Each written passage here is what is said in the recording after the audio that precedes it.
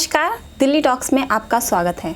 हमारे साथ आज मौजूद हैं भाजपा से पूर्व निगम पार्षद नरेंद्र बिंदल। नमस्कार सर। नमस्कार।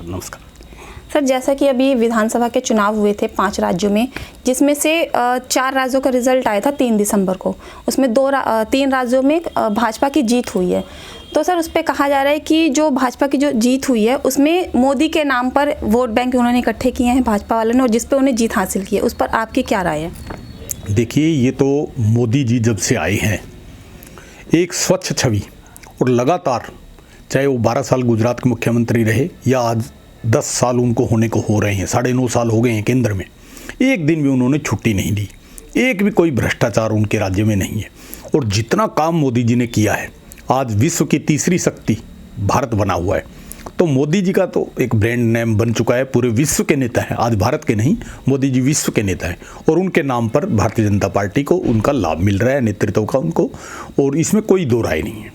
और वैसे भी जो इंडी गठबंधन है, उसने जो सनातन के ऊपर आहार किया, सनातन के ऊपर जो प्रहार किया, उससे पूरे भारत का सनातन समाज, पूरे भारत का हिंदू समाज उससे बहुत ज़्यादा आहत है। और उन्होंने इसको सबक सिखाने के लिए इन 3 हिंदी भाषी राज्य जो थे, तीनों में ज़बरदस्त भारतीय जनता पार्टी के पक्ष में मतदान करके भारतीय जनता पार्टी को सफल बनाया है, ताकि कांग्रेस के इस घमंडी गठबंधन जो इन्होंने किया है, जो सनातन के ऊपर, सनातन को समाप्त करने की बात करते हैं, उनको भारत से समाप्त कर दिया जाए। यही भारतीय जनता पार्टी की जीत है। और मुझे लग रहा है कि 2024 जो आने वाला है, 6 महीने बाद चुनाव है, उसमें इसका बीजेपी को और लाभ मिलने वाला है। और भारतीय जनता पार्टी 400 से ज़्यादा सीटें जीतकर, पूरा रिकॉर्ड तोड़कर एक अच्छी सरकार बनाएगी। और जो काम थोड़े बहुत जो बचे हुए हैं, वैसे तो जितने भी भाजपा के चुनावी घोषणा पत्र में वादे थे लगभग पूरे हो गए। एक सामान्य सिविल कानून का वादा केवल जो बचा हुआ है, उसको भी सरकार जल्दी से जल्दी पूरा करेगी, और भारत का नाम पूरे विश्व में चमकेगा। भारत पुनः विश्व गुरु की गद्दी पर बैठेगा। सर, कांग्रेस ने चुनाव से पहले कांग्रेस ने भी कुछ वादे किए थे। इसमें उन्होंने फ्री की लॉलीपॉप उन्होंने भी बांटने की कोशिश करी। इसमें उन्होंने कहा कि फ्री बस, महिलाओं को फ्री यात्रा दी जाएगी बस की, फ्री अनाज दिया जाएगा। उसके बावजूद उन्हें हार का सामना करना पड़ा। देखिए, फ्री की एक तो होती है फ्री की योजनाएं लालच देना लोगों को, एक होता है जरूरतमंद, जैसे भोजन सबके लिए, कोई भी आदमी भूखे पेट नहीं सोना चाहिए। मोदी जी की सरकार आज 80 करोड़ लोगों को मुफ्त में भोजन उपलब्ध करा रही है, राशन उपलब्ध करा रही है। बहुत बड़ी स्कीम है। आज भारत में आप देखें, अब चारों तरफ सड़कों का एक जाल बिछा हुआ है। कितनी सड़कें बनी हुई हैं। आज भारत में कितनी वंदे भारत ट्रेन चली हुई हैं।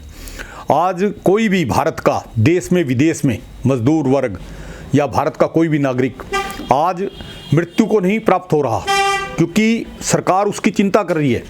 चाहे वो अभी उत्तराखंड में गुफा की बात हो, या यूक्रेन की बात हो, या अपना अभी युद्ध हुआ था यूक्रेन में, और अभी ये जो चल रहा है अपना इसमें इजराइल और इसमें, तो इन सभी युद्धों में भारत ने अपने नागरिकों को तुरंत निकाल कर एक बहुत बड़ा संदेश दिया है, और भारत के नागरिकों को देश में विदेश से बाहर निकाला है, बल्कि दूसरे देश, अड़ोस पड़ोस के देशों के नागरिकों को भी भारत की सेना, भारत के नाम पर, भारत के झंडे के नाम पर वहाँ से निकाला जा रहा है। तो ये बहुत बड़ी उपलब्धि है।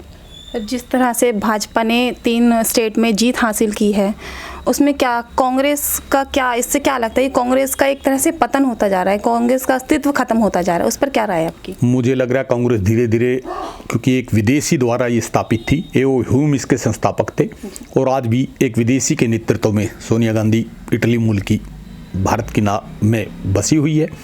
तो मुझे लग रहा है सोनिया गांधी इसको समाप्त कर कर ही कांग्रेस को अपना, इसके कारण कांग्रेस की पूर्णाहुति कर कर ही समाप्त करके ही मानेगी।